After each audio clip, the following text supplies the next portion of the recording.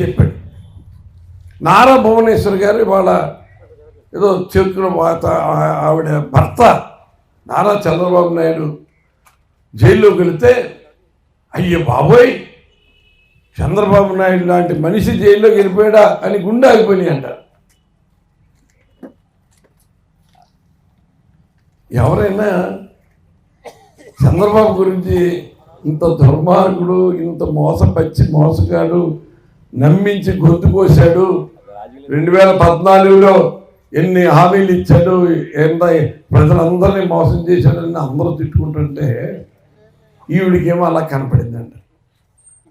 ఇవాళ మొన్న ఒక సంఘటన జరిగింది, అందరూ పేపర్లో కూడా చూసాం మనం.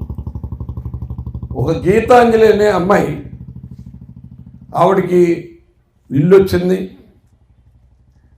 తెనాలికి దగ్గర అనుకుంటా, తెనాలికి దగ్గర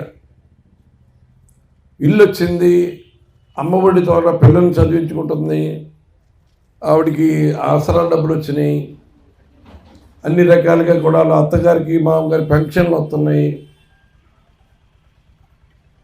మరి ఆ పిల్లలు చదువుకోవడానికి కాలేజీ ఫీజు కడుతున్నారు. ఇవన్నీ సంతోషంగా ఆవిడ ఒక మీటింగ్ సందర్భంగా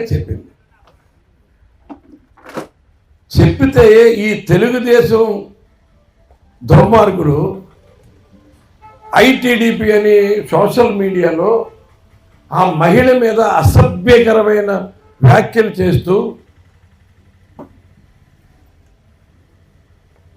అటువంటి వ్యాఖ్యలు చూసిన తర్వాత ఆవిడ చెల్లించిపోయి ఇంత దుర్మార్గం ఉంటారా, ఇంత దుర్మార్గంగా నా గురించి రాస్తారా అని ఆవిడ ఆత్మహత్య చేసుకుని చనిపోయింది.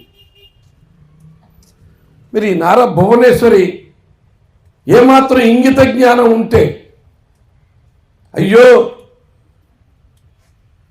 మా టీడీపీ పార్టీ చేసిన అల్లరికి, వాళ్ళు చేసిన యాగికి, వాళ్ళు చేసిన అసభ్యకరమైన పోస్టింగ్లకి ఆ అమ్మాయి చనిపోయింది, ఆ అమ్మాయి నేను వెళ్ళి ఆదుకోవాలి అని ఇంగిత జ్ఞానం ఉందా నారా భువనేశ్వరికి? స్వయంగా తండ్రిని వెన్నుపోటు పొడిచిన భర్తని కనీసం నిలదీయలేని మరి అది ఎవరన్నా ఉన్నారంటే, అంటే వాళ్ళు ఎన్టీ రామారావు గారు మరి పేద ప్రజల కోసం ఎంత తపన పడ్డాడో అందరికీ తెలుసు. ఆయన కష్టం మీద తెలుగుదేశం పార్టీ పెట్టి తెలుగుదేశం పార్టీని ప్రజల్లో తీసుకొచ్చి గెలిపించాడు.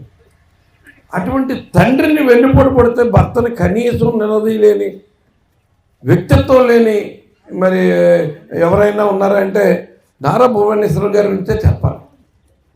ఆవిడికి ఎంత నిలువెంత స్వార్థం తప్ప తన తండ్రి చనిపోవటానికి కారణమైన భర్తని కనీసం నిలదీయలేని పరిస్థితి, అంత అన్యాయమైన ఆలోచన ఉన్న వ్యక్తిగా నారా భువనేశ్వర్ గారి గురించి చెప్పాలి. మరి ఆవిడ నిజంగా ఇవాళ ఎవరో మామూలుగా చనిపోయింది ఏదో ఆనాడు రాజశేఖర రెడ్డి గారు ప్రమాదంలో చనిపోయారని, నిజంగా నా కుటుంబానికి ఇంత ఆధారంగా ఉన్నాడు, నా కుటుంబం ఏమైపోద్ది, ఎలా బతకాలని గుండె ఆగిపోయి చనిపోయిన 850 మంది. దానికి ఏదో ఈ తెలుగుదేశం మీడియా వాళ్ళు, ఈ పచ్చ మీడియా వాళ్ళు దానికి చంద్రబాబు నాయుడు జైల్లోకి వెళ్ళారంటే ఎవరు చనిపోయినా సరే పేర్లు రాసి పంపించేశారు.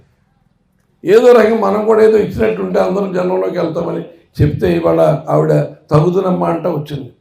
మరి ఏదైతే గీతాంజలి అనే ఒక ఆడబిడ్డ ఆవిడ సంతోషంతో ఈ ప్రభుత్వం ద్వారా తను పొందిన లాభాన్ని సంతోషంగా నా కుటుంబం, నా పిల్లలు, నేను, నా భర్త ఎంతో సంతోషంగా ఉన్నానని చెప్పితే అది తట్టుకోలేని ఈ టీడీపీ, ఈ సోషల్ మీడియా, అది నా భువనేశ్వర్ గారి కుమారుడు లోకేష్ దానికి బాధ్యత వహించి చేస్తూ ఉంటాడు.